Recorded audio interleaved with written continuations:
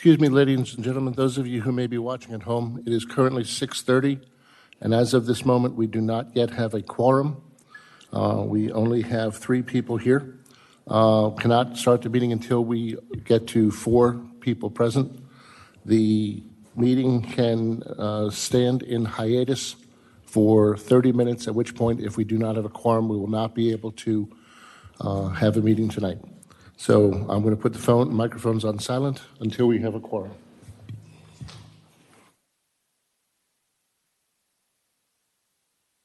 Ma'am, you're looking for cert? Go straight across. Mr. Chairman, we have a quorum. All right. Give me a minute and I'll turn all your microphones on.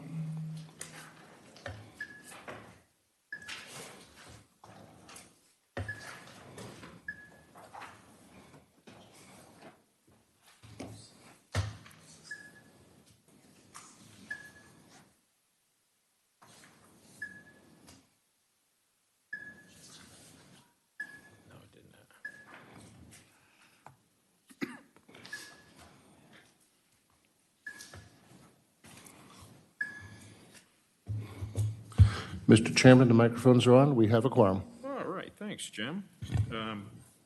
Good evening, everyone here tonight, and those of you who may be at home listening and watching. I will call to order the Parks and Recreation Advisory Board regular meeting for Thursday, September 19th. First order of business is to call the roll. Dave Shannon. Here. Sean Michael Janssen. Here. Jason Alberici. Absent. Joey Costanza. Here. Here. Myself. Scott Stahusky. Here. Who am I missing? Bill Kramer. Oh, and I'm drawing blank. Pardon me. Phil Cranmer, absent. Okay. Next item of business is the Pledge of Allegiance. All rise. Pledge allegiance to the flag of the United States of America, to the republic for which it stands, one nation, under God, indivisible, with liberty and justice for all. Okay. The next item of business is to approve tonight's meeting agenda. And let it be noted that Mr. Alberici has joined us, and we now have a quorum plus 1. Right. Awesome. Thanks for being here, Jason. No worries. No problem. We're fine. Getting started. Jim's given us the meeting agenda in front of us. If everybody's comfortable with that, I will entertain a motion to approve the agenda. I make a motion to approve the agenda. A motion by Sean Michael. I'll second that. A second by Mr. Shannon. All in favor? Aye. Any opposed? So moved. Next item 4, is the approval of minutes from the September 5th special called meeting. The minutes in front of us all from Mr. Craig. Rather straightforward. If everybody's all in agreement, I'll entertain a motion to approve the minutes. Motion by Jason. Yep. A second. I'll second that motion. Second by David. All in favor? Aye. Aye. Any opposed? So moved. Mr. Chairman, I apologize. I did not have Mr. Alberici's microphone on, so it didn't capture him making the motion, but for the record, he made the motion to the Okay, thank you, Jim.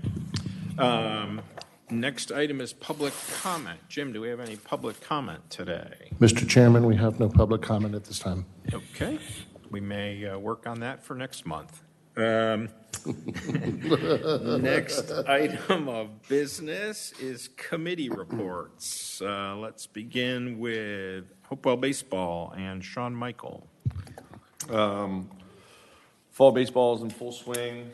I spoke with Juan yesterday, the day before, and he said that the increase is somewhere between 23-25% of last year's fall. And spring registration has opened, so they're getting ready for their winter program stuff, as well as the spring, and they anticipate probably somewhere in that range again with the increase. I think with some people coming back from Wills, but yeah, the continued year-over-year increase, they anticipate it continuing on and somewhere in that range of 20%. That's awesome. Yeah.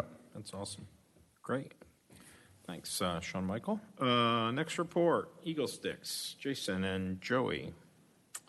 Nothing more than from last meeting, except Tim did tell me, and this was a pretty good number in consideration, it's 25 kids more than last season, or last fall, and I thought that was pretty good since we're not really capturing some of the other kids that had moved, so that's actually a pretty good thing. But I do think we'll see how the spring goes. We won't be doing registrations for a while. Okay. Yeah. Jason, anything you want to add on the? Nope, I think everything is going well so far. Awesome. That's super. Next item of business for tonight's meeting is unfinished business. Next building. Smile, you're on camera, Yeah. live. Under unfinished business, we have an item, discussion of future program offerings of the City of Milton Parks and Recreation Department. Last month, we began this conversation, which is a couple-month conversation. And tonight, what I'd like to do in this topic is try and take some of the, Jim's provided us a lot of the data that we provided individually to staff. We've got some information still waiting for Alpharetta's information for their most current fiscal year to give us an updated read on where our citizens were going out of city for recreation. But what I'd like to try and do is get us to come up with a short list of programming that we think should get into the 2020 discussion that we would support for our citizens. And then I think the next point is we bring that list to the October meeting, just kind of give you a picture of what I think. And then we bring it to the October meeting, and we would request public input at that time on that list. And then we'd formally bless it, adopt it, and move forward. Does that capture? Excuse me, Mr. Chairman. Yeah, Jim. If I can just clarify for those listening, we always accept public input, but what we're talking about for the October meeting is actually promoting it through the city's various communication channels to try and encourage public participation in the October meeting. Right. Correct. Sorry. You're obviously correct on that. So what I guess we're the place to start. We've got big lists. What I might suggest where we start is back where we began when we had an. Oh, I see what you were saying. 4 members. Yep. Okay. So let me suggest that we start with discuss. So we're going to carry forward for 2020 programs that currently exist in the city of Milton, right? So that's baseball, football, lacrosse, girls and boys, basketball in the winter. Is that Basketball's in 4 seasons. But 4 seasons now? Okay. Before we get going, can I get some advice from Jim? How do you want me to minute this? It's going to be a lot of discussion. I think at this point, it's simply going to be, because the minutes reflect, motions made and so on. So if this results in no motions made, it's simply put discussion on, Okay. Yep. and these will be attached to the minutes. Okay. Mr. Chair, would it help if I explained the data in front of everyone? Yeah, why don't you do that for everybody's, in case Okay. we all haven't looked at it, I probably stared at Okay. it more than most. If you look at the first package of 10 pages, it says voting by 6 members, City of Alpharetta. This is where, on the Excel spreadsheet, at the time I initially received it, all 6 people had given a ranking on all the programs in Alpharetta. However, there were 2 who did not complete the other tabs, one of which I have since received, but it's too late for me to get it into this data. So what I did is I broke out that ranking that was by just 4 voters versus that ranking done by 6, because having 1/3 less voters, it would disproportionately throw off the numbers if I blended them. So what you've got here is this is the culmination of your ranking. The one voting by 4 members, I color-coded it to show you who was the program provider. When there's 4 members, the highest possible score was 12, and we have 2 things that came in as a 12. Voting by 6 members for the city of Alpharetta, the highest possible score is 18. Even if we don't have everyone voting on the voting by 4 members, clearly you've got a consensus of what those who were voting, what their thoughts were. Then the last piece of data I attached here, this is a copy of what was handed out to you 2 weeks ago. This is the data from the last deep dive we took into the data from 2 years ago. And it gives you an idea of the actual amount of money 2 years ago was being spent in out-of-city fees. So with that, I turn it over to you, Mr. Chairman, that you've got an understanding of what the data is. If you have any questions, happy to answer it.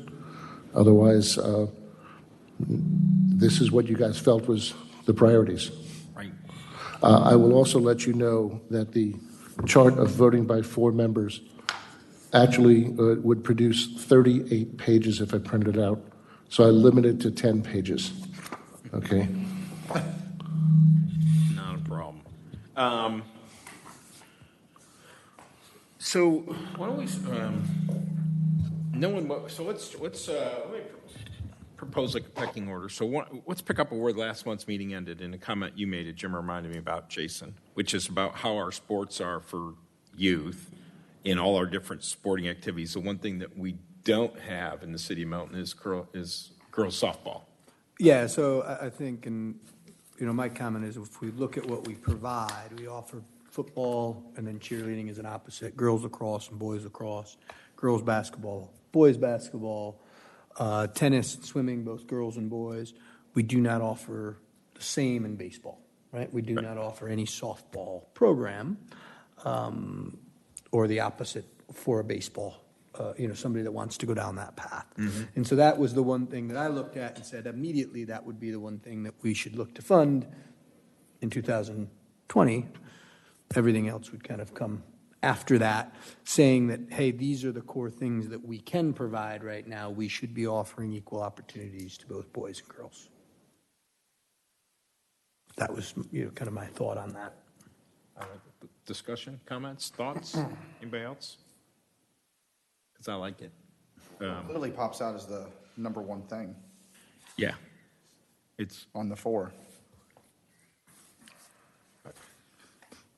so if we're working on a short list, I'm going to start with girls softball. Yes, I would agree. As a program that we want to support in 2020. And again, this is a draft in no particular order. We'll come back to next month's meeting with some more data, hopefully to kind of put some ranking about how much money each item might cost. So we'll start with girls softball as an item. When I looked at all the things we scored, there was a lot of things that fell into, for lack of a better word, the safety kind of category, right? And as Jim educated us last month, some of these programs are offered in the city of Milton, but just not by Parks and Rec, like CPR or first aid. So those things came out as highly ranked by many of us as a trend, like the city should be offering it, whether we do it in Parks and Rec or not. I don't know that I need to worry about claiming ownership. Jim, was there any feedback from public safety about first aid and CPR training and how it might fit or where it would fit, or if we were?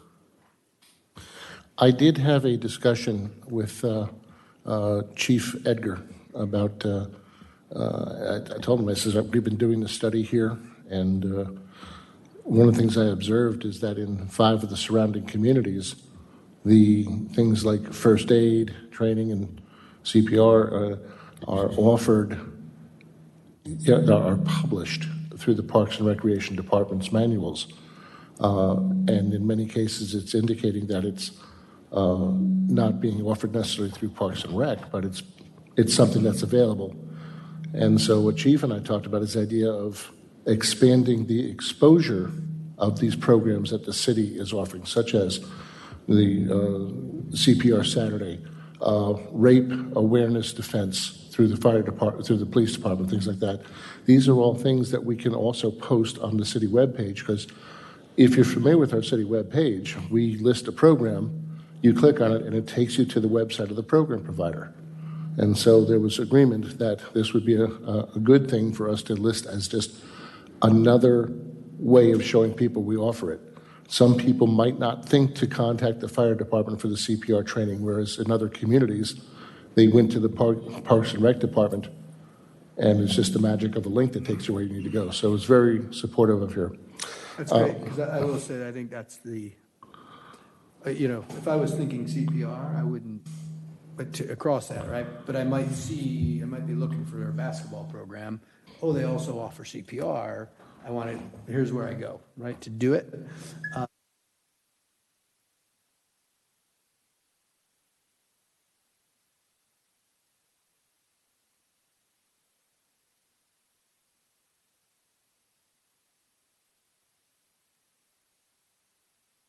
Has left the building.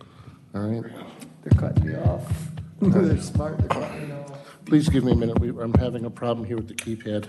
I can hear us. By design.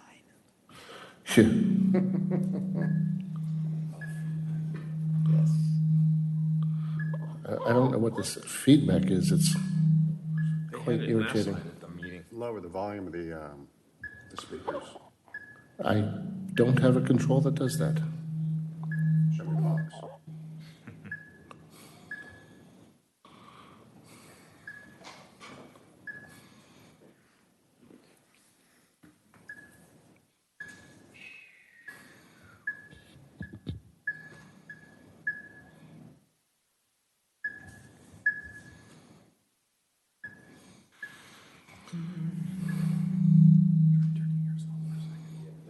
All right, yes, let me try turning mine off.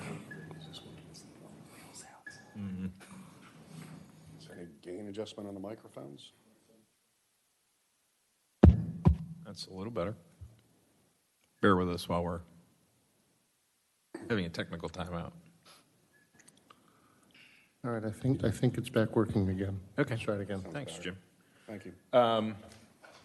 So in this big bucket of safety, could be anything you could possibly think of. We've mentioned CPR, first aid, self-defense, babysitting, certification. Somebody offered it. Who's in Brown? Forsyth offered senior safety, right? So, I mean, there's a lot of things. I think safety related are low cost, easy things to get behind as a community to make available. I would like to point out, Mr. Chairman, that one of the things I've noticed earlier this evening is that in putting together this list of Alpharetta, we apparently missed one segment, which was softball, baseball, and football. Now, we already have baseball, we already have football, but softball somehow got missed when this list was created.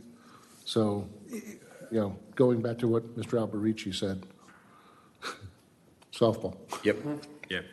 Not a problem. Okay, so we're in two buckets so far, and no particular order. I see softball and I see safety. Going down. I mentioned senior safety. Jim threw it at us at the end of last month's meeting. We probably would be remiss if we don't say it. Is it senior activities? Need to get on the list of things that we need to keep offering. In the program for 2020. I think if I looked at the 2017 data right, the only thing that had a out-of-city fee with it, and it was $5 a registration, was day trips.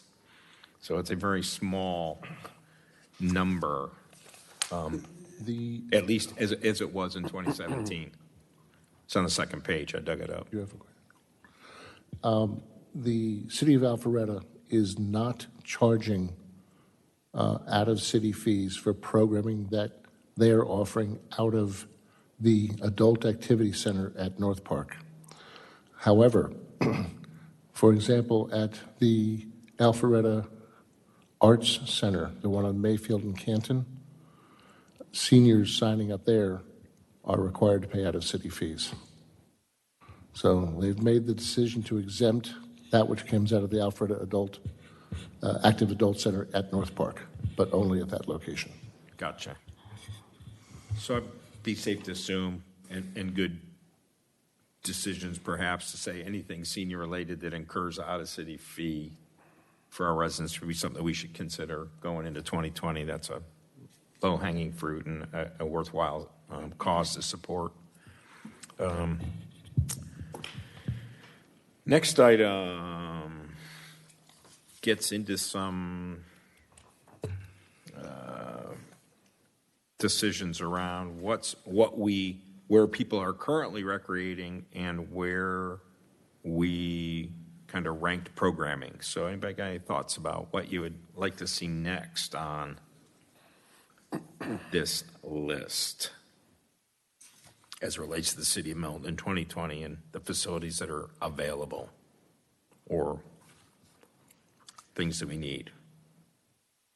For example, I think we all scored counselor in training very high, but we don't have camps that require counselors in the city of Milton. Well, we have Do we? the yeah. Right. We already do training. But you do training. We do, yeah. So it's not like it's a big item and it's for Milton residents, so it's not necessarily it's just new programming. It wouldn't be Yeah.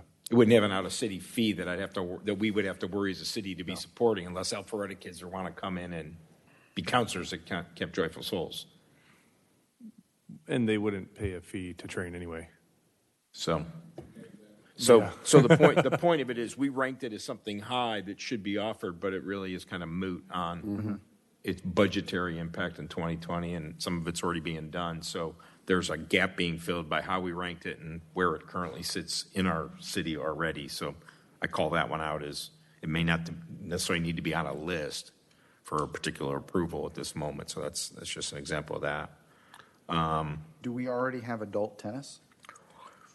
We've got plenty of adult tennis. In fact, that's on my kind of, now that we have tennis, we're going to come to that in a minute. The question about tennis is a capacity issue, right? And tennis and swim lessons.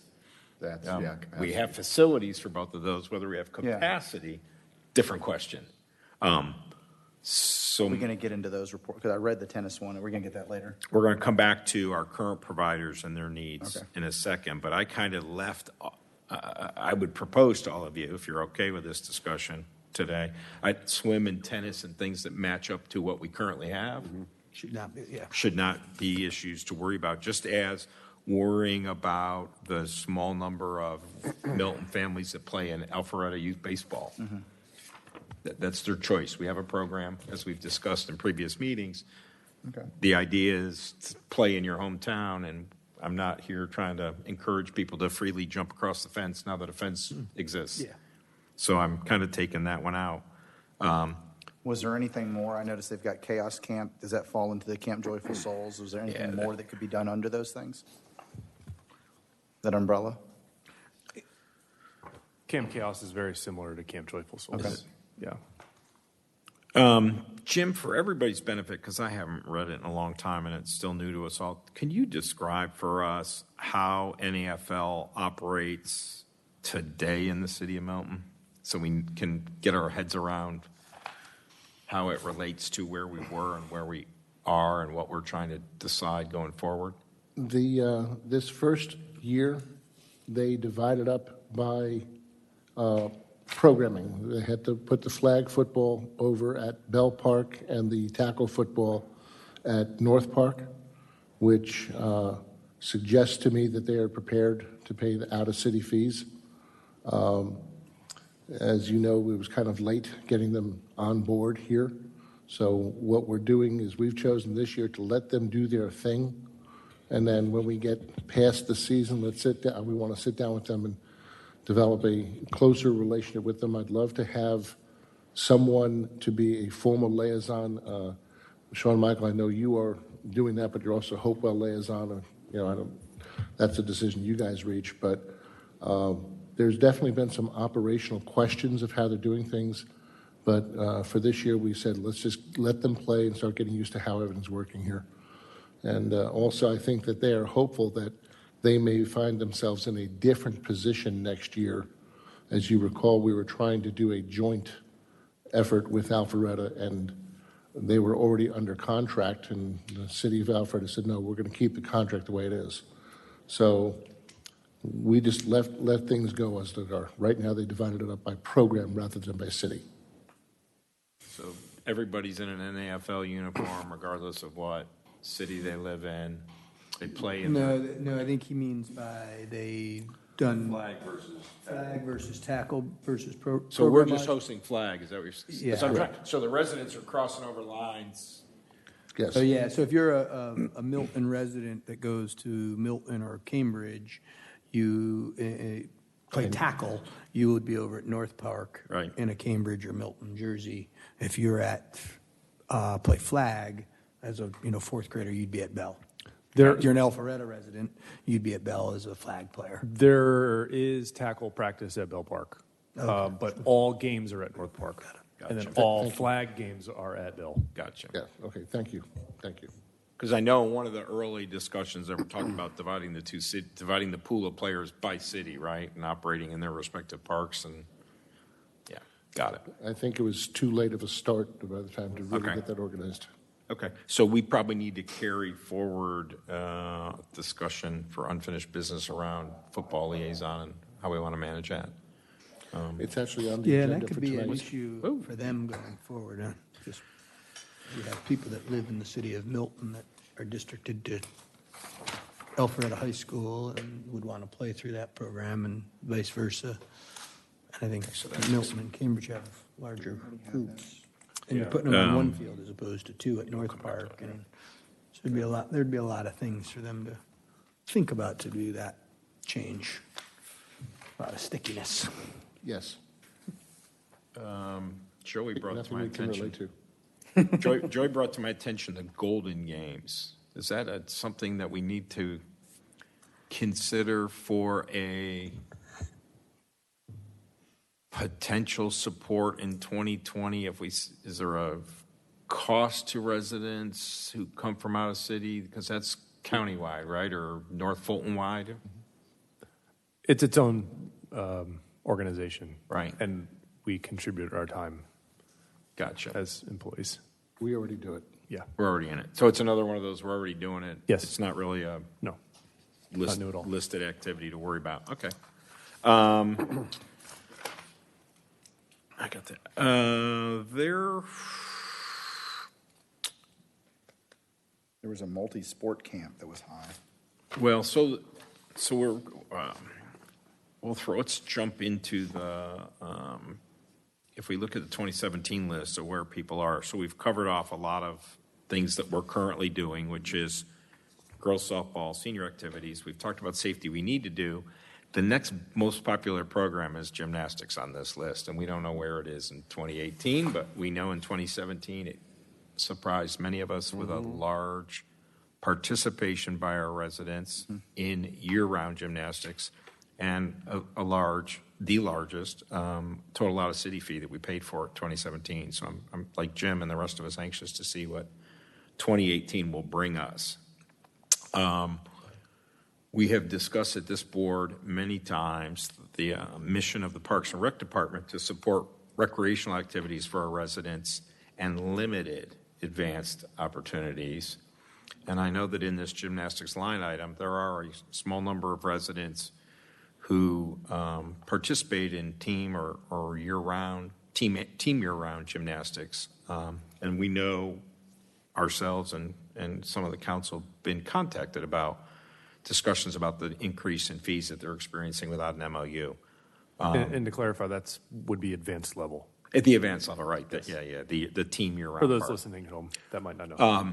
So if I'm listing programs by participation as their, priority, gymnastics gets right up there with, as of 2017, 440 residents participating in it, being the largest program. Thoughts or discussions around adding girls gymnastics to this? Well, I'm assuming it's girls. Gymnastics to this short list for consideration for 2020? Anybody? The one question I had, and I think it was a former discussion when there were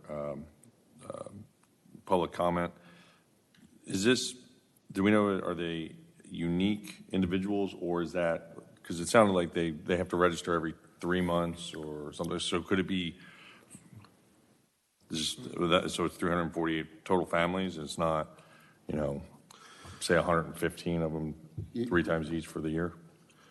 Mr. Janssen, if you look at the chart, the very first line says gymnastics year-round, and then the second one says gymnastics team year-round monthly. And the registrations, if you look across at the gymnastics year-round, 348 families put 440 kids into the program of gymnastics, and it suggests with 803 registrations that there probably was signed up, some people signed up more than one time. Okay. All right? Whereas the advanced level, the team gymnastics, 36 families had 44 children participating with 509 registrations. And that's because they register every month. And that was what the concern, if you remember the woman who wanted, actually, the meeting we were not able to have in August, what the woman spoke about with the issue is that registering every month, they're paying an out-of-city fee every month for the advanced team level gymnastics, and that was the concern. But what you got there, the actual facts, as of 2017, was 36 families, 44 participants, 36 families receiving a total out-of-city fee benefit of $31,558. Okay. Thank you. So onto my short list, I might recommend inclusion for our further discussion be gymnastics year-round and leave off the team component, just as we do not historically have not supported out-of-city fees for any other advanced sport or attempted not to. In terms of sheer volume of participants, the next biggest program is the dance youth school year with 117 residents participating in that program. If I was thinking out loud, one of the goals of this short list is to address some of the greatest buckets of residents who are partaking in activity, and we're, again, a little hamstrung by 2017 data. Hopefully by next month's meeting we can update this to get perhaps some prioritization around it. But I might suggest that dance fits into this top short list category as a program that has the most people. I would agree with that one. And we kind of covered it. It's on some of our rankings. We hit gymnastics high. Dance we didn't quite hit as high. Tom, can you? It's ranked high, but not as high as gymnastics. Can you describe dance? I've got to be honest. I'm not familiar with what dance, will tell you dance looks like. Any idea? Not knowing a little bit about the dance and not seeing those numbers prior to that, that could have definitely affected how I was ranking them for sure. I'm not sure I understand. As far as what it looks like, it's people moving to music. Yeah.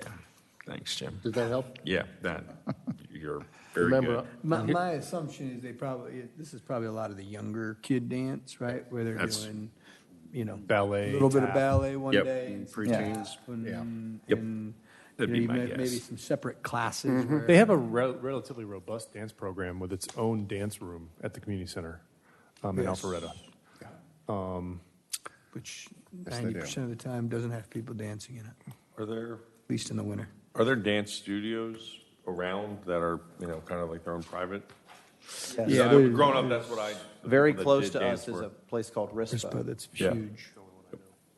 So, There's also a place called Dance 101 that's on Highway 9. And then there's the off-Broadway, I think, in Crabapple? Yeah, my girls are graduates of that. There you go, yeah. Shannon, good, nice lady. so there are options available within the city limits, kind of, but just not being offered by the city. Up by the city, right? Absolutely. So something to consider on the short list. I think one of the things that will help us in October is ultimately we'll try and put some dollars around what each of these might cost based on the most current numbers, and that may make it easy to pare the field down, only because there's a limited amount of money that's will be approved, not approved yet, in the 2020 budget for any of this activity. So, What was youth instructional camps? That was just under the 100. yeah, so there's a whole host of camps, summer day camp, instructional camp, cheerleading camp, that are all in that bucket of, I'm guessing, summertime activity stuff. That adds up to a lot of people when you roll them all together. It's probably 300-400 And, kids in I it. wonder, because much of that, I think, is probably covered by our high schools, right? I know Milton High School does a basketball camp, and Cambridge does a boys' camp and a girls' camp, and Yep. they do. Have we looked at just putting that in our books? I mean, those are all half-day camps. They're Right. all very affordable. It's run by the high school coach at those places. And I apologize, do we have those in our, just as more of a marketing for them, as giving people the option? So we saw it that's a great question, because we saw it in the Forsyth, right? They have lots of camps, school-specific. Yes, it's Repeat. Every baseball, So here's football, lacrosse. in the way that it's I don't even know they charge a fee for that. It's Right. really just hey, here's another option for you to be in our publication. Yep. And market your program. Mr. Alberici, I have to tell you, I think that's a brilliant idea, because in the first couple of years that I was here, before Tom was here, through North Georgia Rec, we have tried running multiple different sports camps in the summers. And we have never really had success at it. And the biggest reason I can attribute it is because we have two high schools here in town that offer the same thing. So perhaps, again, simply being on that list of summer opportunities that we put on the webpage, if we could say, we can direct you to, Cambridge lacrosse camp, Milton baseball camp, Milton basketball camp. Well, of course, we have our own basketball camp. I think we'd have to limit it to those things where Our current providers. We currently may provide. nudge our current providers to expand their offering. Yeah. And then how big would that page get? Where do you draw the Yeah. line? Just the schools, or then RISPA and all them are all going to say, well, what about us? They're not your program either. But we Well, I also, think we we also do can- have IGAs with the schools. Yeah. So RISP is a for-profit company. RISPA's right? not a program provider in the city, right? Not contracted to the city, so we're going to start with expanding the camp part, sport-specific, with our current With the providers. schools. Yeah. Using whatever field space we can get our hands on. And that- Because again, I know they all do. I mean, just go by, in the spring, go by Milton or Cambridge, and you Well, see and these 57 numbers signs for everything for baseball and basketball. Those and kids. Same sign, too. Yeah. Every sport, imagine, speed and agility training, and it's all run by high school coaches. I think it's good for the community. It's right. They're the high schools in our community. Let's promote what they're doing, and it gives us an option and fulfills that. That's what Forsyth is doing. Yeah, and fulfills that. I like that. Yeah. The next biggest sport, not largest in participation, but it's the only sport not represented or offered in the city of Milton that's on this list, is soccer. There are 56 kids that play each spring and each fall. They obviously are playing in Alpharetta soccer somewhere. So as we're encouraging all these sports, it kind of begs the question, like girls softball, does soccer merit a sport that we should be supporting in 2020? The question I would wonder is at what age that is. Like, is that really the young kids would be my assumption, just because we have so many soccer programs around us, Right. that are the big soccer clubs, that this is 55 kids that are, 4 years and younger, age 4 and younger, but I don't know. Is it? It's been a long time, but when I was there and running it, it was relatively spread evenly throughout the age groups in the rec level. Okay. Up to about 10 to 12 years old. You'd have maybe 5 in each age group, So one of the things that I noticed in the spreadsheets that we were doing is you had multiple things. One said a sport league, referencing a league. The other was instructional. So you could still have soccer instructional, where those kids may not be ready to participate in the league. Mm-hmm. And then then you're not really getting involved with Rush or all the others. But there's going to be those kids that want to learn the game before they get involved in that. Yep. I think you could include that in, or look for that to fill the instructional camp thing. It's just there are a small number of people each year, or at least in 2017, that played soccer each season, it seems like. So as we're drilling down, I don't. Yeah, We're going to have to make a decision. Do we exclude soccer? Or is it a? And if we do, for what reason, right? Well, So I that's- mean, I think the question becomes is what that number becomes, because then if we look, I get at 55, but okay, well, how come we got 62 at art camp? How come that's not included, right? And then we got 60, what did I see, 49 at youth art year round, right? And Right. so now we're kind of playing in that. What's the magic cutoff number, Right, right? correct, Like where, correct. I think gymnastics and softball are far and above everybody else. Yep.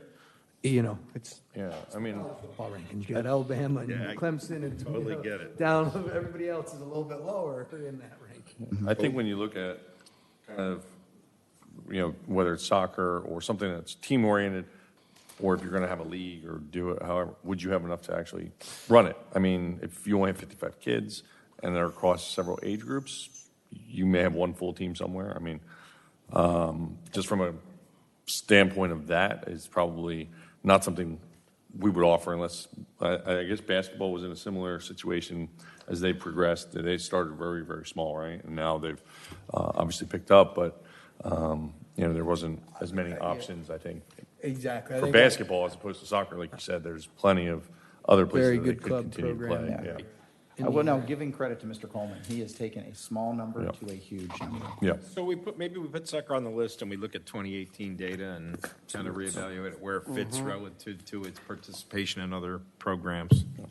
But I think that's a healthy list. That, by my math, is 5-6 different categories of activities that covers the gamut of all sports above and beyond what we're currently offering. And so for this portion of business, I think I've got a pretty nice list we can work with. I think what I'll work with Jim on in the city is making sure that we communicate for October that we're seeking input on this list of programming from the public, just to confirm that we're in the right spot going forward with our recommendation to council.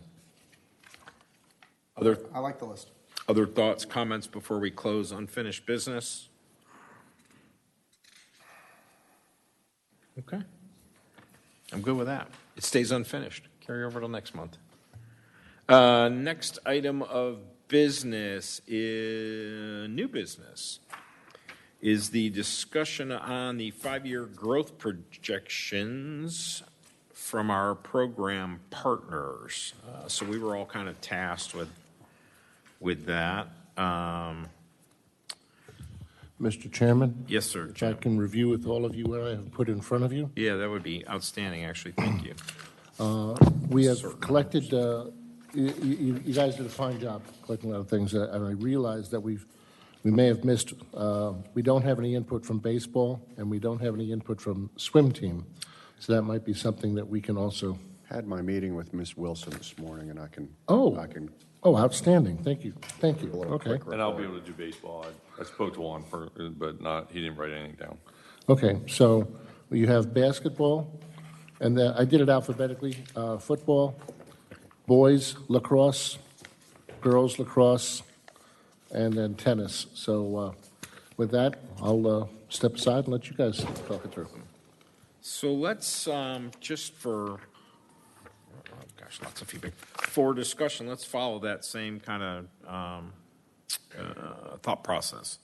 And let's just take a moment, review basketball comments that were made, shared with us. And then we can, this item won't get closed today. I think where it's headed is we'll take this 5-year projections and start to build a map of how do you address next year's going to happen 2020, but how do we address 21, 22, 23, 24? And in what sequence do you try and structure out if there's a need for more field space or more IGA space or more shared space? We'll kind of put that in some prioritization for the council. That's where we're headed. So let's just take a moment to talk through each sport, see if there's any highlights we need to touch base on. We'll pick up baseball and swimming along the way. So basketball was pretty straightforward. Yeah, he did a very nice job. Yeah. It was ideal practice day and everything. I was impressed with that. Phenomenal growth projected, which I don't see why it wouldn't happen. So this is, and again, I guess before, as we get in here, and this, we did just ask for their thoughts and projections. The one where, I saw somewhere in our Parks and Rec that we're expecting to grow by 7,000 people in the next 15 years in the city of Milton. And we have growth projections in some of these at 25 or 30%. Where are all these kids coming from? Yeah. Like I understand we want to continue and we hope that getting more kids involved, but if we're only going to go to, I think the number was 46,000 Milton residents in the next 15, 20 years was what the projection was. Is there really enough Milton kids that's going to keep our sustain what we're putting as growth across the board? If you have a kid who plays lacrosse in the fall, basketball in the winter and baseball in the spring, that's one kid, but that's 3 registrations. Yeah, absolutely. I see it I'm not, but that was the one thing that just kind of jumped to me is that do we have the. So some people made some conservative growth rate assumptions and others got aggressive, and some of them are coming from at capacity now, and some are coming out like I want to grow into it. So I think everybody's. Yeah. We asked for input, which was important from the providers to give them a seat at the table and take this. So I think it's a great first step, and to hear it and receive it all. In basketball, Jim, there was one comment glaring at me, and maybe you can speak to it. You or Tom, is this in Kim's comments about being at capacity, about access to the Crabapple First Baptist or the Crabapple Government Center. The rest of his comments I certainly understand about custodians and the like, but what in the near term, 2020, what can be done to help basketball with its capacity challenges, if you will, for lack of a better word? Because, they double in 2020. I would assume a lot of that is coming off the MOU going away, right? And that's their anticipation that. Yeah, we didn't talk about it, but I did make a note to myself. If you looked in the 2017, there was 189 Milton kids in Alpharetta basketball. Yes. And that was 2017, right? So 2018 could only be more. So those kids with a wall or a fence, Yep. perhaps are. Yeah, well, that's falling why I back. said, it makes sense. That's where he's. That double there, Yeah. absolutely, I get. Yep. Yeah, because the 2018 data will reflect those who were still in the MOU because they signed up for winter basketball in September, October. Right. And the MOU didn't come to a close until January.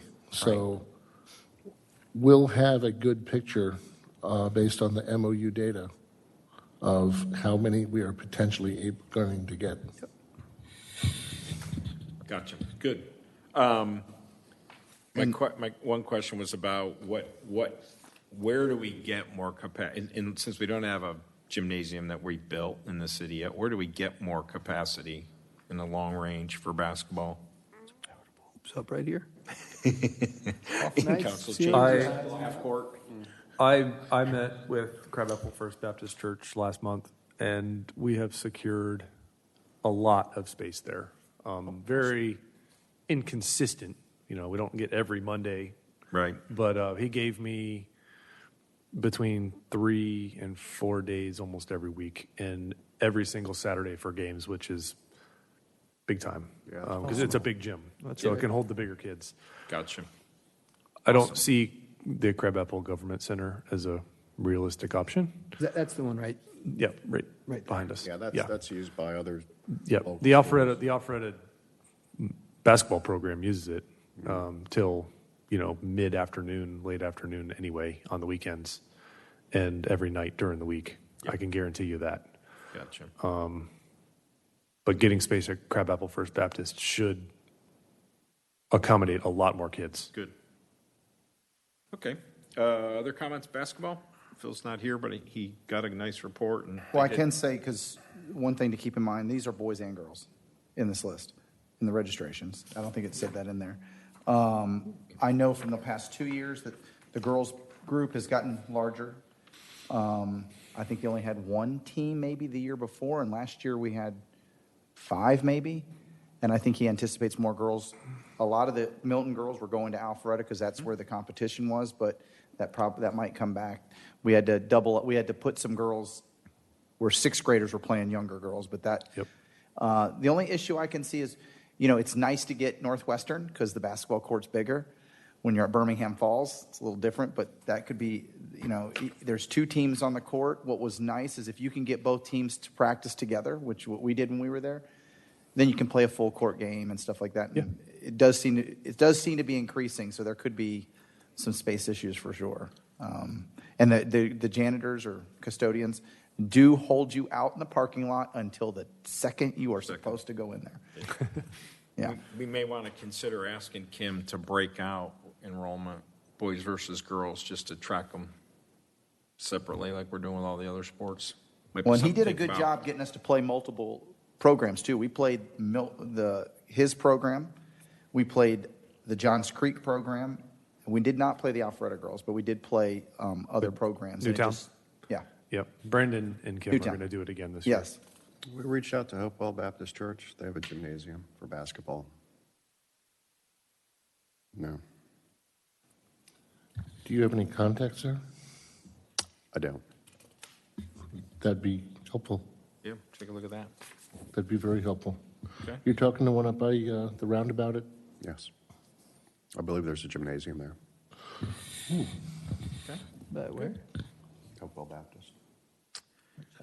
That's a good Hopewell Road, north of the roundabout on the left. good summary of basketball. Let's go to football. Sean Michael, share with us some football updates about 5 years from now, or where we are now, where we're going. So, their projections, kind of, I think every programmer wants to increase, but the way football is nationally, there's just been a general decline. Last year, I guess 2018 looked like it was their highest year, at least as of late, of about 450 kids. And that's, I think, more of them, a majority of them are obviously on the flag side. In their statistics, 40 teams are flag, and I think there's 9, 3, 2, actually, there's only seven tackle teams. So, from a field usage standpoint, all that kind of stuff, you have 49 teams that need to get practice time. So, I don't see flag numbers declining. If anything, they keep seeming to increase. So you're still having a relatively large amount of participants, and then field space is always 3, 4, 5 teams sometimes. And on other days there's, just depends on when people want to practice. But, I from personal experience, I've been on the field this year with 6 teams, and then I've been the only team on the field, depending on what the day is. So it just depends. I think from a realistic standpoint, I don't think they're, it says they're aiming for a 20% growth year over year, but I think realistically that's probably not attainable just from the amount of kids that are already in the program, the other programs that are offered kind of around too. I know with the Milton Steelers and travel programs for some of the older kids. I would say that the flag is probably going to be where they get a majority of their people. But they had mentioned some other stuff about the flag here, but I don't know if that's, if they make any adjustments to it, would it impact the registration? So. And to clarify, that these numbers would be both Alfred and Milton. Yes, but from statistically speaking, it's probably closer to 75% Milton. Okay. Yeah. Will there be any real effect if they do eliminate flag? So the eliminating flag, I think, is more of, so here he said K1, and I think when Stephanie was here, when we were talking with the NAFL, they said something about after 3rd grade, to get more, to encourage more people to go over to tackle, because we have two flag teams in tackle at 4th grade and 3 in 5th grade, and then 1 at 2nd and 3rd. So I think that's just to try to get some of those people maybe to be interested, or at least give it an opportunity and see. I don't know if they were to cut it out, would you lose a lot of those people? And maybe at the younger age, you may. So, based off of what they had said during the meeting, after 3rd grade, you may not see as many people leave. But that I'm not sure. Now, if you cut it after the K1, you may see a more. So they're saying if you're in 2nd grade, they want you to go to tackle. According to what he wrote in here, Yeah. it's the way it sounded like, or at least that they've been contemplating that idea. Debating it, Yeah, because I think they have, with 40 teams over, what is it, 4 groups? That's a lot of teams per. That's at least 2 or 3 teams for Alpharetta, Milton, and Cambridge, per age group. So, I don't know enough about the boys' programs or the flag football programs, because I know some of the girls actually play too, but I don't know if that's, does anyone have any, is that cutting it off too early? Is K1? I don't know.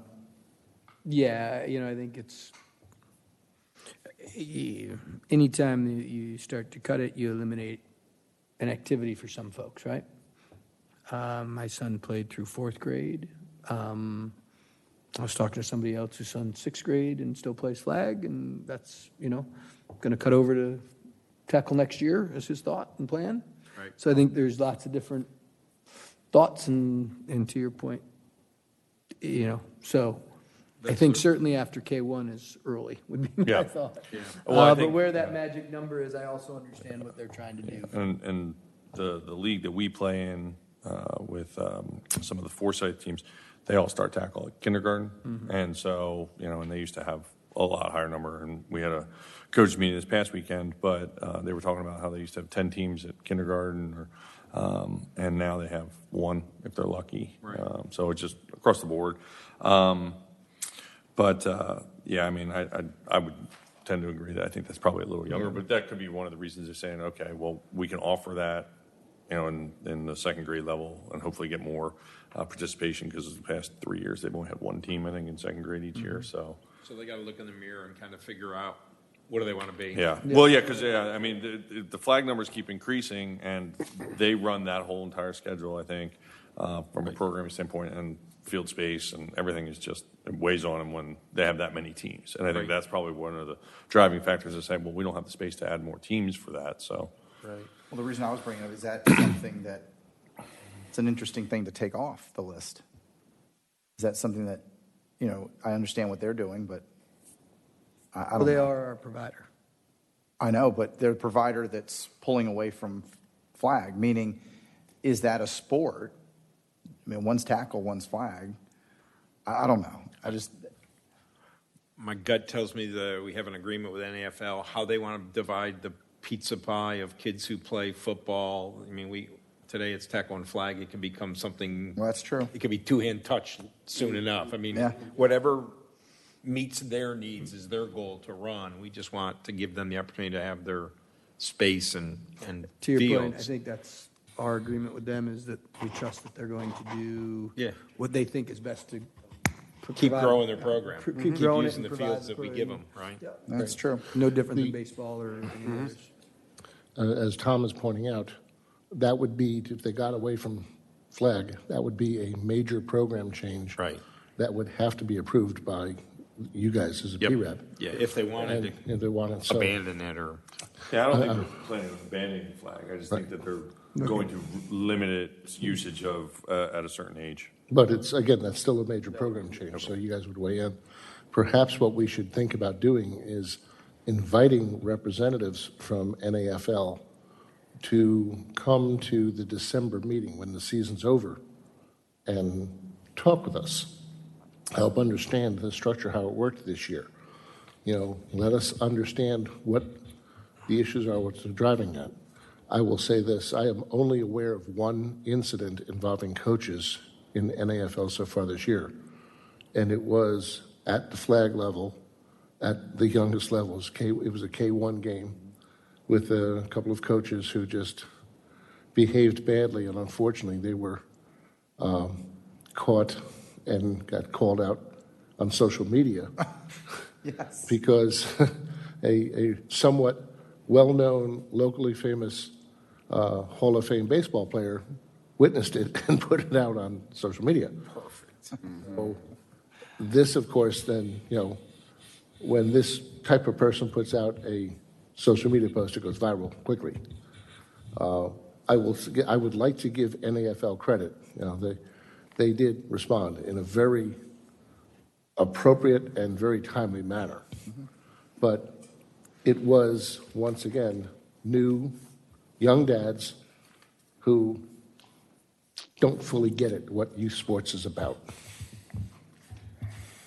It's, as many of us know, challenge to teach, indoctrinate, get everybody drinking from the same glass. But struggles for anyone. I think it's a great idea to invite them into the year to Yeah, kind I of a agree. review of how did it go, what are we going to do for the coming year. That's a great idea, Jim. Thanks. We'll follow up with Brant, make sure we do that. Any other comments? Football. No, that's it. Okay, awesome. So just globally, next year, they got enough field space? They need field space for next year. I guess that all depends on what happens between the fields, if they use North Park or Bell. Yeah, and generally speaking, again, it's not, having played there for a couple of years, anytime you have three, Yeah, it's more not than, ideal. anytime you have more than two teams on a field, Right. it's not ideal. I mean, I mean, it's, you're, and there's, to your point, there's times where there's four teams on a field, and yeah, you can get practice in and do things, and it's doable. I will say that the games on Saturday, and that may just be luck of scheduling, have, at least from the tackle standpoint, has been a lot smoother. Last year it was two fields, all the flag teams had to play, and they usually played early in the morning, and it just kind of backed up every game after that because for some reason or another those games seem to take a lot longer. I don't know why. But now that they're over at Bell, that traffic is kind of contained itself, but it sounds like they're still having flag They're still issues with- delayed over at Bell. Yeah, yeah. So the flag seems to have a slow clock. I don't know, but yeah. So from a game standpoint, I think it's at least made it a little bit easier. Right. But during the week, it still can be. Gotcha. You can have those issues. Totally understand that. Let me throw one scenario out there with the football, and if the Milton residents are asked to sign up for a Milton program that does not get based out of Alfred and North Park as well as Bell Park, and it has to be put in Bell Park, we would then have a field problem. I mean, you definitely would have a practice field problem for sure. And then from a game standpoint, I mean, it can be done. It was done last year. It just, they have to manage those first couple of games before it backs up everything. But, you have 40 teams, and if most of them are playing, the flag teams, I should say, are playing in Bell on a consistent basis because that's where they're playing most of the time. I mean, that's at least, let's just call it 10 games that you have to get in on a weekend. And that's only half those teams. Right. Right, that's 20 of the teams, and the other 20 maybe are away that week. But Yep. so yeah, I think it would be kind How of many strange. games do the football they try to get in? I know in lacrosse it's 8. As- They schedule 10, but they say 8. Tackle, there's 8 games. Flags probably about the same, 7 or 8 games. Okay. Yeah, and then they do playoffs. So if they can get 8 in, it's a good season. Yeah, so 8's their regular season, and then there are playoffs, so it probably goes 2 or Right. 3 more weeks. So yeah. Yeah. Is there? I haven't been in the youth football in a long time, so the question may sound silly. Is there a way to use IGA fields on weekends to support more games? Maybe if people don't mind them being torn up because they are grass. So I'm thinking back to younger kids, right? So, Some of the young. yeah, I mean the second graders or flag football. But I mean I just don't know how much when you have however many games. I don't know. I'm just hearing your Yeah. quandary. You can get 10 teams. Yeah. 20 teams can play on a weekend. You need more field space on a weekend at your Right. widest point. Yeah. If you had more fields to distribute the games Yeah, I mean, if you had the across, flag, the perhaps younger you flag could. teams playing, I mean, obviously the schools would have to agree with it, but a lot of those kids are, they go to those schools. Schools, right. So why not, right? Are those fields available under IGAs and? Yes, we have availability on the weekends on the AJ fields. So I mean, maybe the discussion for next year is to get in with NFL early to start talking about what is the inventory of fields available to them. Perhaps they don't have all the congestion everybody wants to be on turf field, get it. Yep. But maybe they could alleviate some of the congestion if they were willing to move and spread out a little bit. Yeah. There might be a way to solve some of their field problems in the near term without anything dramatic. Does Alpharetta have any deals with any of their schools? No? No knowledge. Oh. Yeah, don't know. Okay, let's move to boys lacrosse. Let's jump there. I don't know if they have deals, but I can tell you that during my time there, we never used any school fields for football, soccer. Lacrosse wasn't really much of a program there. I can tell you at one point when my second son was playing soccer, rec soccer for Alpharetta, we used the infield at Webbridge Middle School. And the field was in such bad condition that you could hit the ball and it would go down into a rut and we'd lose the ball, the soccer ball. That's a problem? I called up Mike Perry one day and I said, hey, I found a piece of metal in the field when digging, and it turned out it was a Buick. Boys lacrosse, Jason. So he Looking filled here. in the, Brandon from North Georgia filled in the chart. I think, from the commentary standpoint, they see a lot of the growth just from less football players.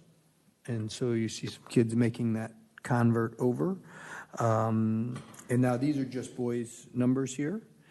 And he also, mentioned there seems to be a push both with the Milton Youth Lacrosse and the Cambridge Youth Lacrosse to get kids going into it a little bit more. And so they're doing a better job in the last couple of years to bring more kids in and new kids in. But a lot of it, just Shawn Michaels' point, the numbers in lacrosse nationally is a top 2 or 3 growth sport across the country, and Georgia is following that trend. Yep.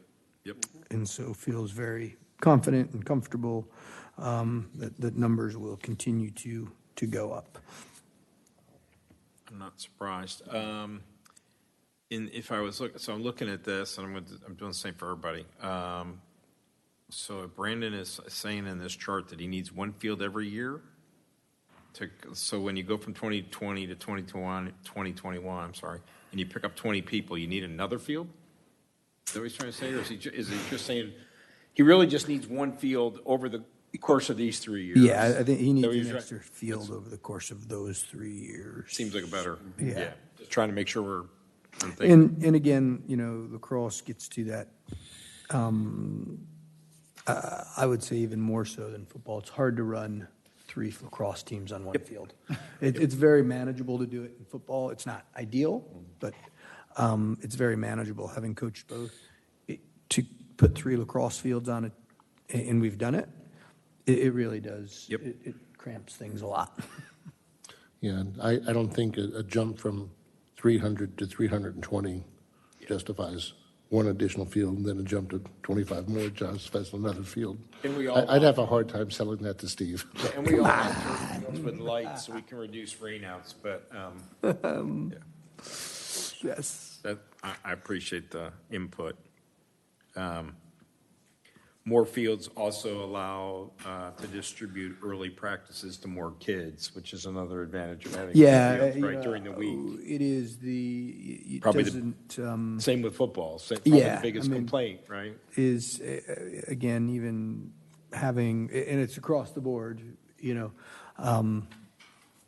fact that we have kids that come home at 9 o'clock, 9:30, they're finishing practices it's late for even the middle school kids. And, Yep. A 9:30 or a 9 o'clock end of practice is really a 10 o'clock bedtime by the time. That's a long day for me. Yep, long day for a kid. And so that is by far, Particularly when you're lucky enough to do it 2 or 3 times a week. yeah, exactly. By far having, coaching in the football and lacrosse, and that's the number one complaint you get from parents. Yep. Typically is around, Why do I have to start? why do I have end to? so late? Why so late? Yeah. And, and it's amazing how excited people be just for that extra half hour to get done at 8:30. Makes a big difference. Yeah. So just thinking top of mind, looking at 2020 and beyond, I know it came up in a lot of the input so far, but just something that sits with me is like the idea of maximizing the IGA fields, right? For helping, kind of like we talked about in football, helping diffuse in the near term, Yeah. particularly younger ages. And I think this fall, we've done a pretty good job, and there's more things going on in the IGA fields than Yeah. I have seen before, at least in the lacrosse world. This is the most scheduled activity in the IGA field since I've been here. That's good. This season, yeah, for sure. Yeah, so that's a good way to So we keep are moving starting it. to certainly do more things. Awesome. Cogburn, Birmingham Falls. You've been using both of those quite a bit, yep. Anything Yeah, else, Jason, and Hopewell too. for boys? And what? A little bit of Hopewell. And Hopewell, Okay. yeah, that's right. Joey, let's jump to girls. As we're wrapping up our. Very similar to what Jason's saying. If you notice what Tim did, he's already telling you he's maxed out. I can tell you that one of the, and I don't know if the boys have the same situation, but coaching is, finding coaches and getting the kids right now. I don't know if you guys came out last year, but Dave, I think, had invited everybody, hey, come out to the field, see what's going on and how it works. And there's, on Tuesdays and Thursdays, there's, a really good system there because it's all girls lacrosse. There's a lot of carpooling going on, and it works really well. Recently, we've had to go to Birmingham Falls a few times. The fields look really good. So I know that from you guys have gotten many conversations from Eagle Stick saying, hey, the fields look good. Oh, by the way, now, sprinklers weren't working or something might be happening or whatever. So you're going to get a lot of comments. So I know that if we go down the road of adding other sports to the fields, you're going to get kickback probably from the lacrosse saying, hey, well, let's make sure this field still look this way. And but yeah, you've already see, and from the discussions we've had, for quite a long time since last year, we do have a lot of lacrosse teams on fields. The spring, especially, you're going to get some, when the select teams go in, you're going to have quite a few teams trying to figure out what time. There's 3 different time slots, and it makes it difficult for, the young ones are usually early. That's great, but a lot of families have multiple kids, so you end up with these multiple hours, and I'm one of them who's there. And, I know that young ones on the early side, just mom and dad aren't home. So, Oh, yeah. there's still that issue of, Right, so, We try to sell a 4:30 practice to Oh, yeah. a U9 team because they're out. It's tough. Yes. I can't get there at Not 4:30. I will tell you, No, there's a I sweet leave spot. work Yeah. I leave work every day to get to the field for 4:30 practice, and my business partner hates me. Yeah. So that's Yeah. now on record. Yeah, oh, thanks for sharing. But that being said, I think it's in all of what's been happening. Yes, we need more fields. It's been working out all right, though. I mean, all in all, with all the crazy, I do. It's managed itself, but I think we are at a bubble, and so it would be nice to have more field space for sure. Yeah, good. Okay, last sport in this list is tennis, and Terry gave us a lot of feedback. Starting with improving the conditions of the infrastructure, let alone the tennis Yes, that stood out to me. facility. So Yeah. I appreciate him reminding us. I mean, it's just a fact of life that if you're playing a sport, you got nowhere to go to the restroom. It's just not conducive to your activity. But there, yes, sir. If I may, there's a couple things that have changed. When the pool was closed, we did take away the nice portable bathroom and left the ADA portable, which proved immediately to be an inviable solution. And so as a result, we've now brought back the nice air-conditioned portable potties. And I'm actually talking with our vendor to see if they can provide us an ADA accessible nice trailer as compared to the plastic one. Tom, can you report on the status of the resurfacing? The two of the courts were resurfaced this week. They look great. They look brand new. And the other two are going to be next week. We got youth lines painted too on these two courts. So now we can accommodate 8U and 10U tennis with appropriate lines. I will share with all of you that as of this past Friday, Mr. Krokoff challenged myself and Bob Buscemi with ComDev and to do whatever we got to do to get moving forward on the mold remediation at the main building and gut the inside of the building and start the rebuild. The entire plumbing, so we have had an engineering study on the building. We probably shouldn't have been surprised that we had the problem we had because a year and a half ago they identified that the plumbing was in dreadful condition. But it is become one of my highest priorities right now. And in fact, Steve, to drive home the message, he gave us these marching orders on Friday at 3 o'clock and then immediately scheduled a meeting for this Friday at 2 o'clock to report on how we're doing this week. So the Milton Country Club, we are going full bore on. Awesome. So that's the building, that's restrooms. How far does that go to talk about the pool and tennis as it relates to any expansion around? We're not looking at expansion of the tennis at this phase, but as far as the pool, the budget that will be voted on Monday includes about $100,000 for improvements at the pool, specifically new pool deck, new furniture, new dive boards, dive blocks, and other improvements. I'm already soliciting, by the way, if any of you guys know a contractor who does small jobs, I need one more bidder for work we have to do at the pool house, at the pump house. So I've got two guys willing to bid, and I've got to get a third. So I'm looking for that, but I've got Actual pump work. not the pump work. What we're doing to do is we're going to physically replace the front doors, Oh, it's construction related. construction-related Gotcha. work, right? Okay. Yeah, it's the physical structure itself, not the pumps. Yep. The pumps are okay. Gotcha.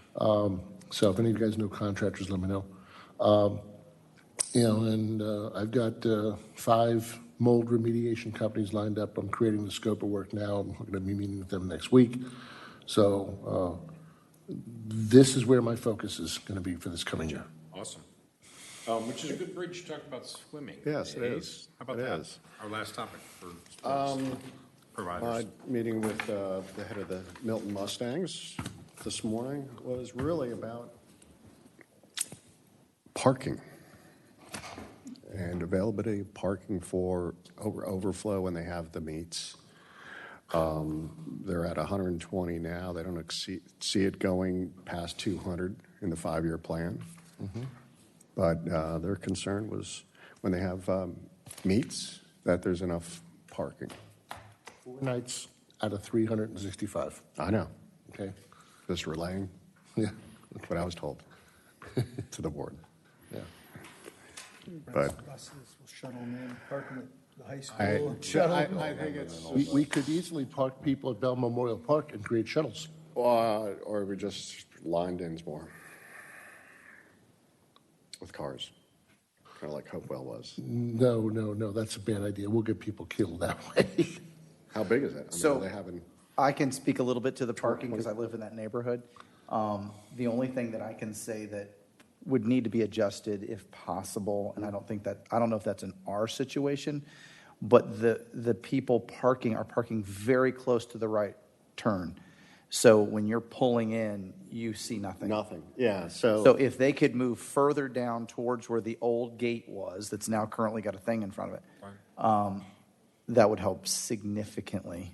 We have pulled in before and had to have cars back because the road is kind of small, but signage, I think, was So brought up. we have big meets in Cricket Creek, and we're fortunate enough to have streets that are wide enough to have parking on one side and 2 cars can still pass, which isn't the case for Right. Dinsmore. No. Maybe there's an opportunity in the public safety world to get the police department to help with setting up the parking for the first meet of the year, to teach people proper places to park. And maybe they spend 30 minutes out there and just to get it started away from the main entrance and guide them down the street. well, so one of the issues, and this is funny because you might want to talk to Beth, was they were very concerned about people walking through the neighborhood. So you guys put up gates, right? The little fence thing that's sitting. If that were open, you could park further down where you're not in the way, just that one that heads towards the pool. Those go away. Yeah. Those go away. Yeah. Because So it's part of the people, the easements go away. Yeah. So, So parking issue is Yeah. there. but you're correct. It was, Concern. I think I only saw it happen Yep. twice. Yeah. Well, and as their team grows, it grows in its priority. So it's something to be parking for swimming is something we need to be thinking about. But To me, I think probably the quickest, easiest one is if we were to put together some type of shuttle service and encourage people to park at Bell, then shuttle them back and forth. And encourage some parking limits, and then parking closed, go to Bell Park. Yeah, it was met with a little bit of pushback, but Well, I nobody mean, likes no, change. I know. Now, I will Well, we say could- from hearing from parents, I heard the program did really well. Oh, Yeah. it Yeah. did, Good. absolutely. And she's Okay. very thankful for the city's help, especially yours help, Jim. I'm sorry? And she's very thankful for your help this past summer. Thank you. For what happened So with talk- the pumps and everything. So talking, Do they have any ideas of where else we would park cars? I mean, Joey's house? parking in floodplains. Joe's gonna have a lot, park in the front yard, $20 parking. $20. Taking trees down and going into areas that are green and putting concrete, or asphalt on it now. I mean, it's a situation that, the ability to create more parking. Unless you go Something- vertical. Well, it's really tough to do, and when you're talking about increasing, anyone who's done swim knows, you're there all day, so you're parking and you're there, because you're working the event, you're helping the kids, you're there the whole time. So it's not I parked, I moved, someone parked in my spot, you're there the whole time. You're there. Yep. do baseball. too. Speaking of swim, we didn't talk about one of the things maybe on the safety side was swim lessons. Yes. Did we talk about? I didn't really mention that. It just jumped back in my head here. It was on a couple of the other cities. It was high on our picks. High on the list. Is there things? We offer it. We do offer it, swim lessons? Yes. Who does the actual? Dynamo. Do they? Dynamo Pool, yeah. Good. So we'll make sure we keep that on our doing it already list. Scott, Great. You want to do baseball? Oh, yeah. Sorry. Let's go back to baseball. How did I? Yeah. So, like we said before, they've been seeing a year-over-year increase pretty much in every fall and spring season for the last couple of years. Juan has said, you give us a field, we'll use it. And they do fill it up, and it's always full. I think for the spring, they're anticipating somewhere close to 900 kids, or something in that range, I think. So he said double the fields would probably be fine. Like that's not an issue with the amount of teams that they do have and how they double up the practices. One of the areas that he had either thoughts on to alleviate or not is the potential for a, quote, small field or a T-ball field in that parking lot, because it wouldn't need to be long. It can take those smaller kids off the field so the older kids can play on the other sizes and kind of alleviate some of those issues. And he didn't know if that was an option, but that's something that he just thought about from field and what land we do have. The other question, too, I don't know if this is something that is still being discussed, but the Birmingham United Methodist Field, that doesn't sound like it's being used this fall. That's correct. What's that? That is correct. It appears to not be being used this fall. And it sounds like it was kind of, the field's kind of in disrepair a little bit in spots. We're definitely having some issues there. That relationship is, we got some challenges to it right now. So, yeah, so I guess, talking about even just in the spring, if we were using that field occasionally, if that field disappears, that's one less field. So, obviously with the growing issue, less fields is not good. So finding fields, but, coming up with any ideas. But, yeah, I think he was basically said, similar to the setup of Bell, one of the larger fields, and then kind of two or three of the moderate to medium-sized fields, just like Bell's setup with I guess they're 180 feet, 200 feet fences versus the 250 and bigger. And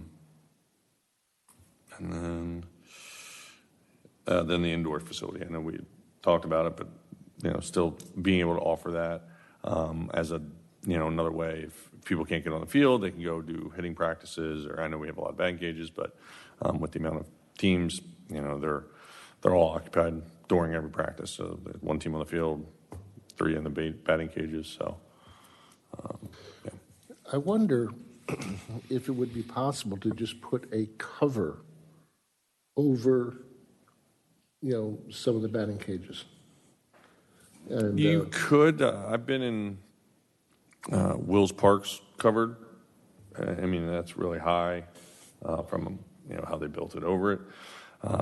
Same thing, I guess, kind of goes when it rains. You really don't want to be out underneath that thing anyway. So the covered, I don't know if it really helps, and it's not giving them additional space. I'm not to talking a practice. fabric shade. I'm talking some. No, yeah, What if like a we big have- metal like roof. some type of metal roof of some Yeah. kind that could go over it.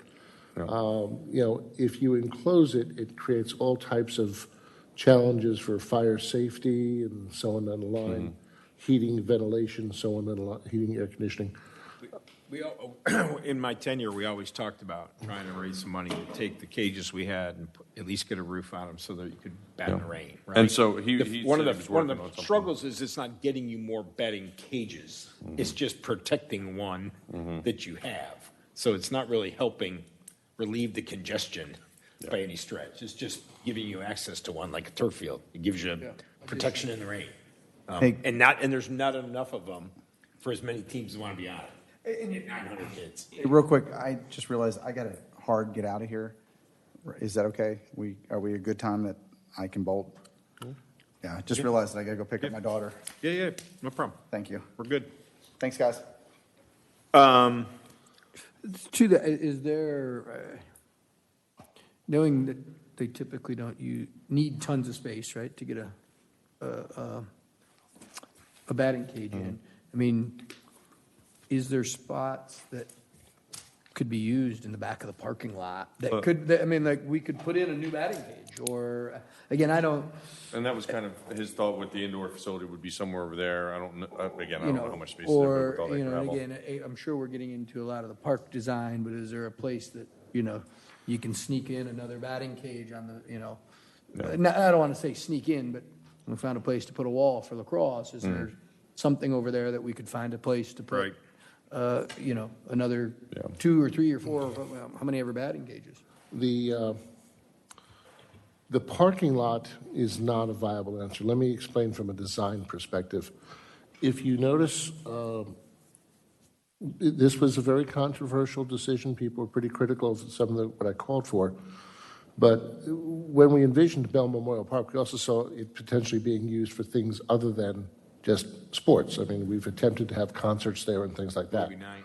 All right, and you know, there's no other place to overflow parking if you're having an event anywhere near Bell Memorial Park. So I pushed for as much parking as we could get. The area that is paved is a network of gigantic stormwater detention pipes. To give you an idea of the size of them, I walked through them, standing up. Okay? The area that is not paved, we made the decision to not pave it because if we paved it, it would require even more stormwater detention, which we didn't have the physical space to meet it. So it's not paved, so it's pervious, so the water soaks into the ground there. But everything else that's paved, all the stormwater is descended to go through these pipes. And if we paved that last section, there wasn't enough, the math didn't work. So, I mean, I've had people call me up and say, hey, just put a dog park in there. Well, no, I mean, it has to stay as it is. Otherwise, the real damaging impact will be the people who live behind in Thompson Springs and in Hopewell Close, because they'll get flooded. So that's why the park is set up the way it is. It was the closest we could get to managing the stormwater and maximizing the parking. Would a field do the same if you just put if you were to put dirt and grass? The dirt and grass would certainly soak up, but you know full well you're going to start adding more concrete around it as you do other things in support of the field. It would not be in the best interest. And then above and beyond, it takes away the potential for more parking. You put more fields in, you're going to have more parking. So now you're doing that math of taking away parking spots. So if we were to look towards anything else, we would have to find other space at Bell, and right now that's a premium. Without fans, a field needs 50 some odd parking spots for the two teams, one coming up, one coming in. And that's with no fans. Yeah. So you add a field, you give up X parking spots, and you need 50 more. Yeah. The math all of a sudden gets challenging. It gets upside down very quickly. Yeah. I have a couple of ideas of what could be done. Nothing I can really talk about here. But, you know, some things have to change before we could look at any other ideas. But I have heard one about, you know, could we somehow get some more batting cages in? Because I think the batting cages could help almost as much as having another field from a practice perspective. Okay. Anything else, Sean Michael? No, that's really it.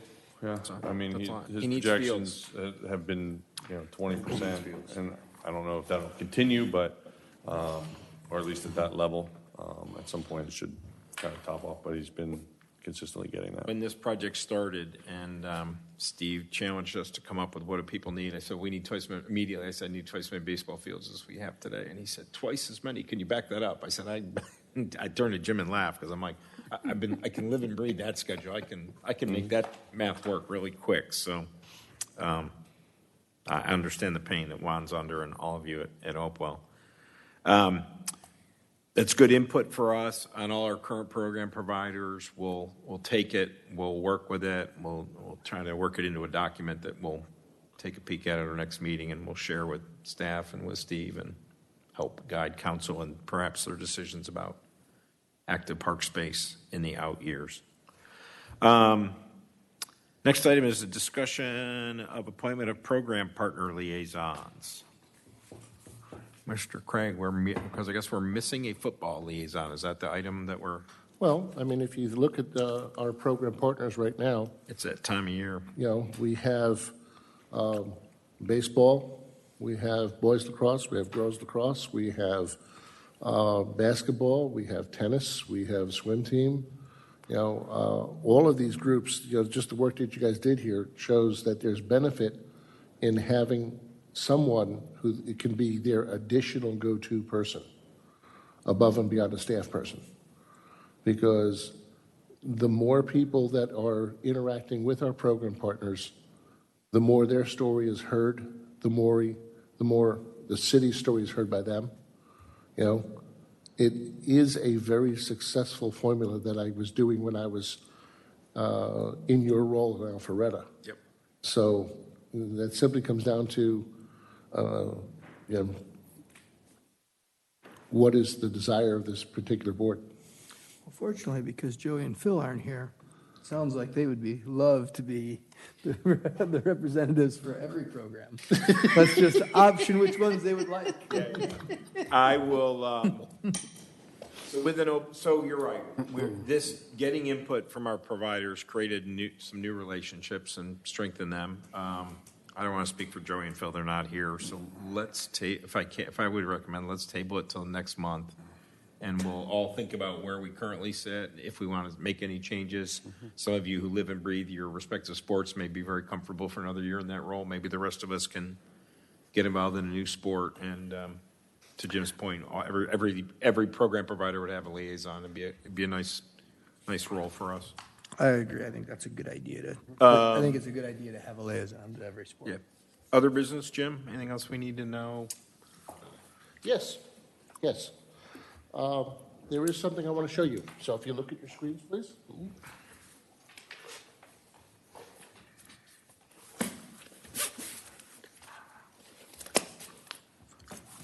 It's a surprise.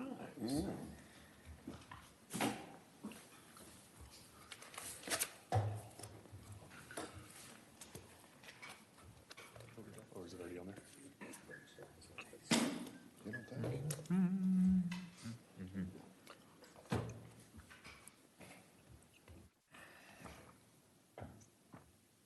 Oh.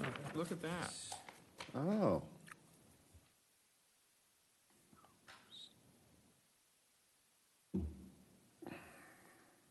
Ladies and gentlemen, this shades, the sun shades at Bell Park are finally done. Let there be shade. They were completed last Thursday. I was there on Sunday. They were done, so yes. Yeah, so it was last Thursday. I will tell you, we were there when they were putting them up. You went under those shades in the blazing heat that we had last week. It was immediately a 10-degree difference. Wow. Yeah, they're nice. They're pretty. And it sounds like they're effective. So we win both ways. I think they came out beautiful. Yeah, great. Thanks, Jim. Good job. All right.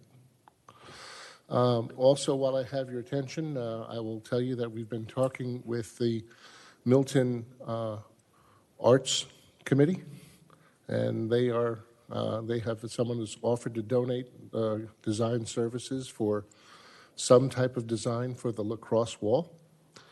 The idea is to make that art in the park, and when we receive the concept, I'd like to take it to the 4 contributors for the lacrosse wall, as well as to this board.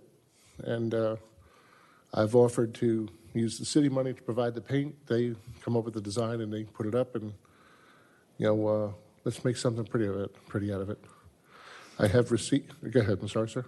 I think that's a great idea. I think it's interesting. Somebody asked me about it just this week, if there was going to be something done to that. Yes. And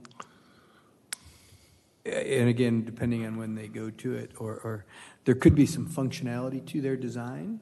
And there's some walls that have been done, that have been painted. But, part of it is you want to get kids hitting a target. Right. Right? And so there could be some thought to the functionality in their design that could, one, make it nice looking, but also give kids targets that they're trying to hit, not just spraying the ball on the wall and doing some things. That's a great idea. In fact, maybe what I should do is reach out to all 4 program donors and say, we're looking to do this. Do you have any ideas of something we'd like to incorporate? We can take that to the Arts Committee as input for them. So I think I'm going to go ahead and do that. Thank you for that idea, sir. Yeah, that's a great one. And this coming Monday is the vote on the budget. And included in that budget is the funding to convert the part-time position to a true full-time employee. So doubling my staff. Again. And again. And also, like I said, all the money for the pool and working on the Milton Country Club and other good things. Good. This is going to be a very busy year for Parks and Rec, and I don't want to take the minute to thank you guys. This seems like kind of a dredge getting through all this stuff, but data-driven decisions ultimately become the best decisions that we can make, and you guys are doing the heavy lifting, so thank you.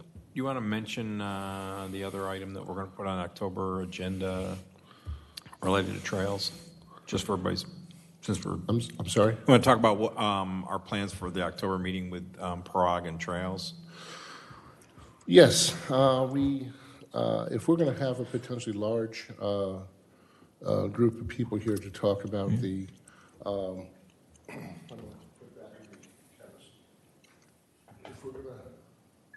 Yeah, you make a good point. If we're talking about inviting people here in October to talk about programming, it's probably not a good month to bring Parag in, but perhaps in November we can invite Parag to come here and talk to us about what's happening with community trails here, because And parks, quite frankly. I mean, that's the reason I brought it up, is that I've been to 3 meetings now on parks and trails, on parks that you guys probably don't even think about or talk about. Sure, last night. Yeah, yeah. The Lackey Road property, I'm gonna see if I name them all. The reserve at Cooper Sandy, and what am I drawing a blank out there? the preserve at Lackey Road, the preserve at Cooper Sandy.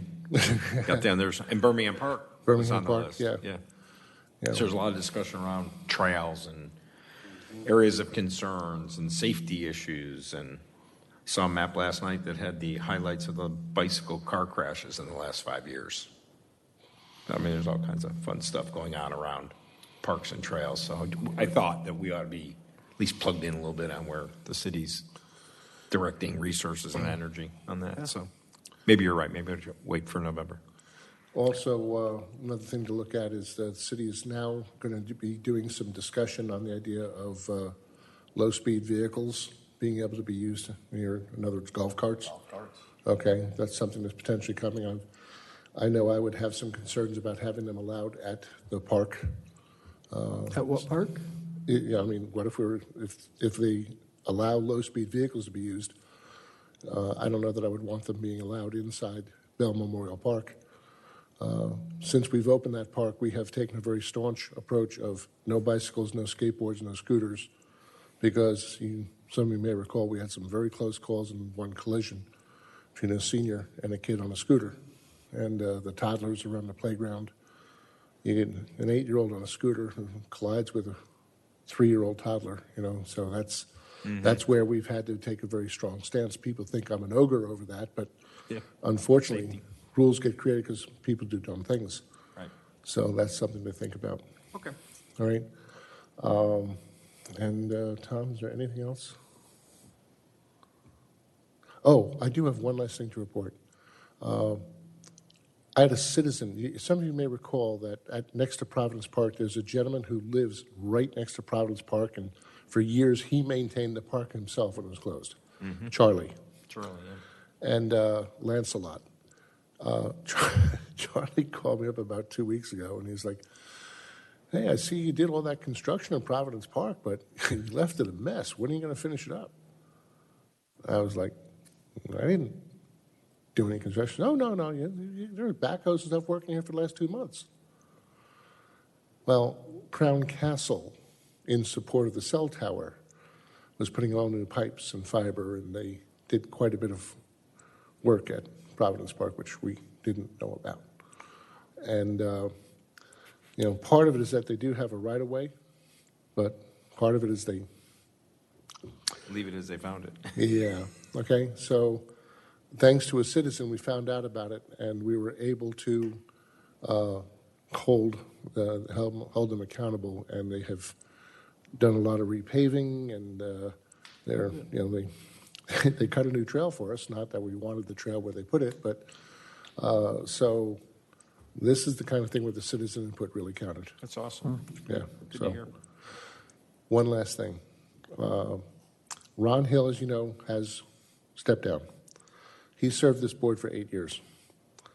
I would like to fund getting a plaque made for him, just as we did for Sue.